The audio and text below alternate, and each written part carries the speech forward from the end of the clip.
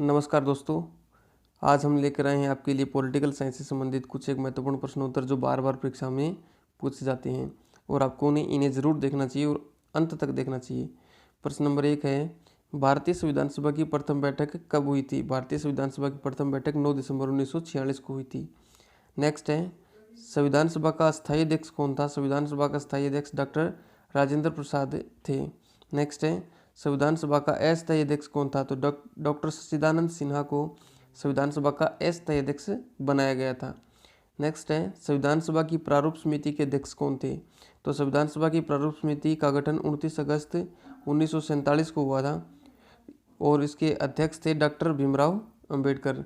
Next है, संविधान सभा का औपचारिक रूप से प्रतिपादन किसने किया? संविधान सभा का औपचारिक रूप से प्रतिपादन M.N. रॉय ने किया। M.N. रॉय ने किया। भारत में संविधान सभा गठित करने का आधार क्या था? तो 1946 के अंदर एक कैबिनेट मिशन नामक योजना आई थी जिसमें अंग्रेज अधिकारी थे शामिल थे और ब्रिटेन से आई थी और इसी के आधार पर भारतीय संविधान सभा का गठन किया गया। नेक्स्ट है, सर्वप्रथम भारतीय राष्ट्रीय कांग्रेस द्वारा संविधान गठन की मांग कब और कहाँ की गई? तो फैजपुर के अंदर 1936 में जो अधिवेशन हुआ था उसके अंदर भारतीय राष्ट्रीय कांग्रेस के द्वारा संविधान सभा की गठन की मांग की गई। नेक्स्ट है, कैबिनेट मिशन योजना के अनुसार संविधान सभा में कुल कितने सदस्य होने थे? 389 सदस्य होने थे। नेक्स्ट है, संविधान के पुनर्गठन के फलस्वरूप 1947 तक संविधान सभा में सदस्यों की संख्या कितनी रह गई थी? चूँकि हम जानते हैं 1947 में जब भारत और पाकिस्तान का विभाजन हो गया था तो सदस्य संख्या 389 से घट करके और 299 रह गई थी क्योंकि मुस्लिम लीग के सदस्य संविधान सभा से हट गए थे। नेक्स्ट है, संविधान सभा में देशी रियासतों के कितने प्रतिनिधि थे? तो संविधान सभा में देशी रियासतों के 70 प्रतिनिधि थे और बाकी 229 प्रतिनिधि हैं वो प्रांतों से चुन करके आए थे और कुल मिलाकर सदस्यों की संख्या कितनी रह गई थी? 299 रह गई थी। नेक्स्ट है, संविधान के गठन की मांग सर्वप्रथम 1895 में किस व्यक्ति ने की? संविधान के गठन की मांग सबसे पहले 1895 के अंदर बाल गंगाधर तिलक ने की थी। नेक्स्ट है, संविधान सभा में किस देशी रियासत के प्रतिनिधि ने भाग नहीं लिया? तो हैदराबाद रियासत के प्रतिनिधि ने संविधान सभा में भाग नहीं लिया। नेक्स्ट है, B.R. अम्बेडकर कहाँ से संविधान सभा में निर्वाचित हुए? B.R. अम्बेडकर बंगाल से संविधान सभा में निर्वाचित हुए। नेक्स्ट है, संविधान सभा का संवैधानिक सलाहकार किसे नियुक्त किया गया? तो B.N. राव को संविधान सभा का संवैधानिक सलाहकार नियुक्त किया गया था। नेक्स्ट है, संविधान सभा की प्रारूप समिति का गठन कब हुआ? संविधान सभा की प्रारूप समिति का गठन 29 अगस्त 1947 को हुआ।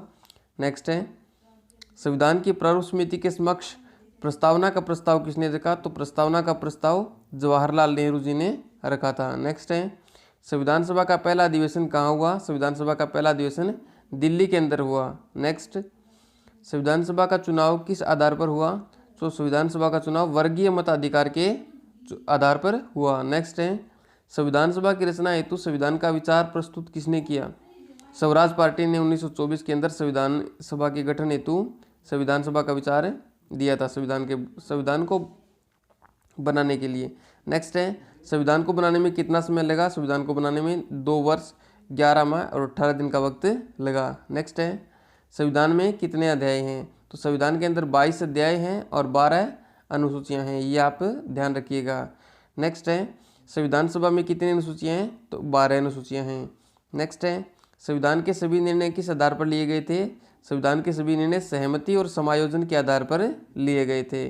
नेक्स्ट है, संविधान सभा का पहला अधिवेशन कहाँ हुआ था?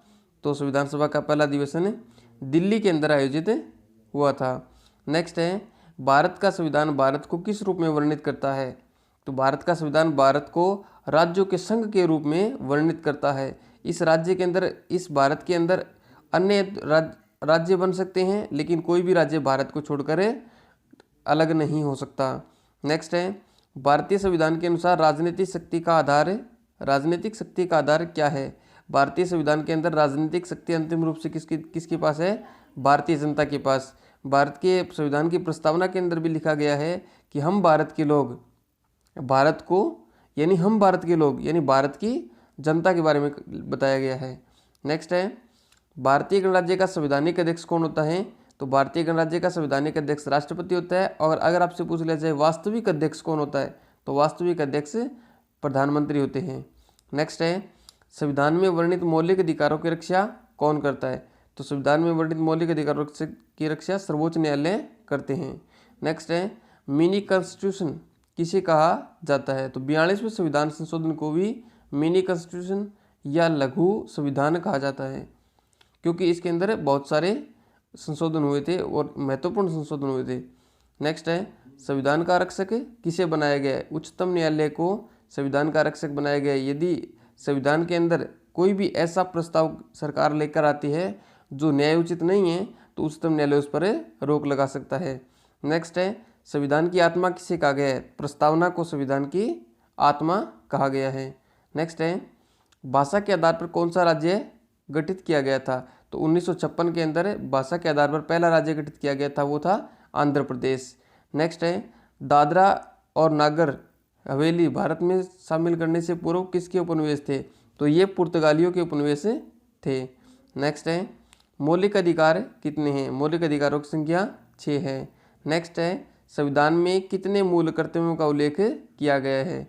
तो संविधान में 11 मूल कर्तव्य वर्णित है। नेक्स्ट है, संघीय कार्यपालिका की शक्ति किसमें निहित है? संघीय कार्यपालिका की शक्ति राष्ट्रपति में निहित होती है। राष्ट्रपति और उपराष्ट्रपति के चुनाव संबंधी विवाद कौन सुलझाता है? यदि राष्ट्रपति और उपराष्ट्रपति के चुनाव से संबंधित कोई भी विवाद हो जाता है तो इसके लिए सर्वोच्च न्यायालय इनसे संबंधित विवाद सुलझाता है। नेक्स्ट है, राष्ट्रपति के चुनाव में कौन भाग लेता है? तो राष्ट्रपति के चुनाव में लोकसभा और राज्यसभा और राज्य विधानसभा के सदस्य भाग लेते हैं।